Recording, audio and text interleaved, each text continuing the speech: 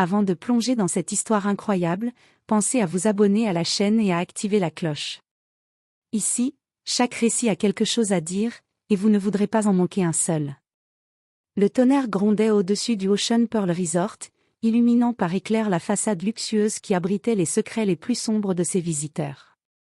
Parmi eux se trouvait Ethan Reynolds, multimillionnaire solitaire, connu pour ses deals impitoyables, mais ce soir-là, ce n'était pas un contrat qui allait changer sa vie.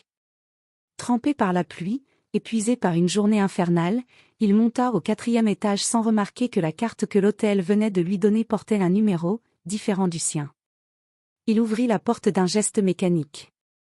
Une pièce silencieuse. Une odeur douce de lavande. Et puis, un sanglot. Ethan s'immobilisa. Sur le lit, une jeune femme était recroquevillée, les épaules secouées par une détresse profonde.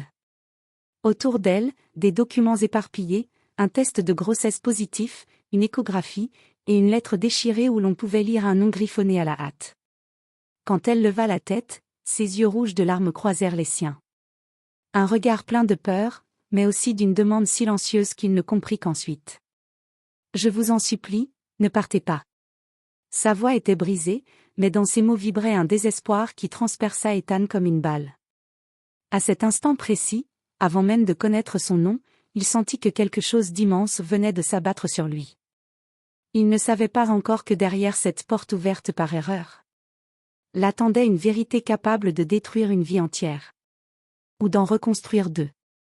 Le Ocean Pearl Resort, en Floride, était l'un des complexes les plus luxueux du pays. Parmi ses invités se trouvait Ethan Reynolds, multimillionnaire dans l'immobilier, réputé pour son sang-froid, son charisme, et sa vie sentimentale chaotique. Ce soir-là, exténué par une série de réunions, Ethan reçut un message de la réception. « Votre nouvelle clé est prête. » Suite 402. Il monta directement au 4e étage, distrait par un appel téléphonique de son associé. Sans réfléchir, il glissa la carte dans la serrure d'une porte identique aux autres. Un clic. La porte s'ouvrit. À l'intérieur, la pièce était plongée dans une lumière douce. Ethan entra, pensant que le service avait préparé la chambre pour lui. Mais son souffle se coupa net. Sur le lit, une jeune femme pleurait silencieusement, le visage caché dans ses mains. Elle leva les yeux, terrifiée en voyant un inconnu entrer. « Qui êtes-vous » balbutia-t-elle. Ethan resta figé.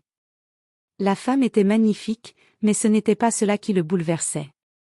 Ce qui l'entourait, c'étaient des sacs d'hôpital, des documents médicaux, et une échographie posée près d'elle. « Je suis vraiment désolé. Je me suis trompé de chambre, dit-il en reculant. Mais avant de sortir, il remarqua quelque chose dans son regard, une détresse profonde, presque un appel au secours. La femme murmura. « Attendez, s'il vous plaît. » Et Ethan s'arrêta. La jeune femme s'appelait Harper Collins, âgée de 28 ans. Elle venait d'arriver au resort avec l'aide financière d'une amie qui voulait lui offrir une pause après une année infernale. Ce qu'Ethan avait vu sur le lit n'était pas un hasard. Harper venait de découvrir qu'elle était enceinte, de l'homme qu'il avait abandonné 2 semaines plus tôt. Elle raconta tout à Ethan, comme si l'univers avait soudain détaché un étranger pour l'écouter. « Je ne sais pas quoi faire. Il m'a dit que je compliquais sa carrière. Il est parti, juste comme ça.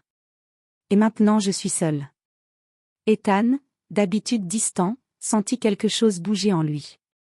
Il ne savait pas pourquoi, mais cette femme l'émouvait profondément. « Je vous laisse ma chambre, si vous voulez. Elle est plus grande. »« Je dormirai ailleurs, » proposa-t-il spontanément. Harper le regarda, bouleversé par tant de gentillesse venant d'un inconnu. Mais Ethan avait vu quelque chose d'autre, un nom sur un dossier médical abandonné. Le nom du père. Liam Porter. Ethan plissa les yeux. Il connaissait ce nom. C'était un investisseur qu'il avait renvoyé 3 mois plus tôt pour malversation. Et il ajouta, très calmement. « Harper, cet homme n'est pas seulement un lâche. C'est un danger. » Ce fut à ce moment-là qu'un bruit retentit. Quelqu'un frappait violemment à la porte. Le cœur d'Harper s'arrêta. Ethan se leva d'un seul mouvement. « Restez derrière moi. » La porte s'ouvrit brusquement. Un homme entra, grand, sûr de lui, arrogant. Liam Porter. Harper. Tu vas revenir avec moi. On parlera de tout ça chez moi, lança-t-il. Harper blêmit. Ethan s'interposa immédiatement. Elle ne va nulle part avec toi. Liam éclata de rire. Et tu es qui, toi?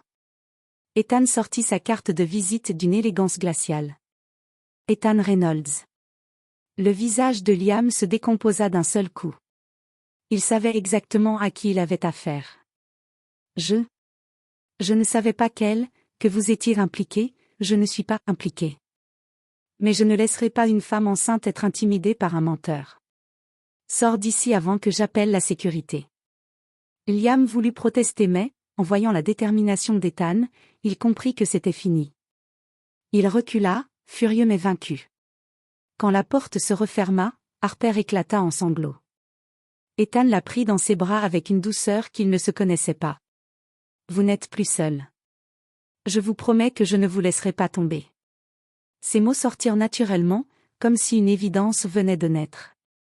Et cette nuit-là, au lieu de partir, il resta assis près d'elle, simplement pour s'assurer qu'elle ne craque pas. Les jours suivants furent étrangement beaux. Ethan proposa d'aider Harper à organiser tout ce dont elle avait besoin, un avocat, un suivi médical, un logement temporaire. Il restait toujours discret, jamais intrusif. Mais quelque chose naissait entre eux, une chaleur profonde, une confiance rare. Un soir, alors qu'ils marchaient sur la plage du resort, Harper murmura. « Pourquoi faites-vous tout ça? Vous ne me connaissez presque pas. » Ethan resta silencieux un moment. Puis il parla enfin. « Parce que j'ai moi-même perdu quelqu'un il y a 3 ans. Et j'ai juré que si je croisais un jour quelqu'un qui avait besoin d'aide, je ne détournerais plus jamais le regard. » Harper posa une main sur son bras. « Vous m'avez sauvé, avant même de savoir qui j'étais. » Ils s'arrêtèrent. Le vent marin jouait dans leurs cheveux. Ethan la regarda, longuement. « Harper, je ne veux pas être loin de vous. Ni de cet enfant. Si vous m'en laissez la chance, je veux vous accompagner. Pas pour remplacer le père, mais pour construire quelque chose de vrai. » Harper sentit ses yeux se remplir de larmes. « Ethan, je crois que je commence à vous aimer. » Il la prit dans ses bras, comme si le monde entier venait de trouver sa place. Plus tard, lorsqu'Harper mit au monde une petite fille, c'est Ethan qui la porta le premier, le cœur tremblant. Et le jour où elle sortit de l'hôpital, Harper lui dit doucement. « Bienvenue dans notre famille. » Le multimillionnaire qui était entré un jour dans la mauvaise chambre avait finalement trouvé la bonne vie.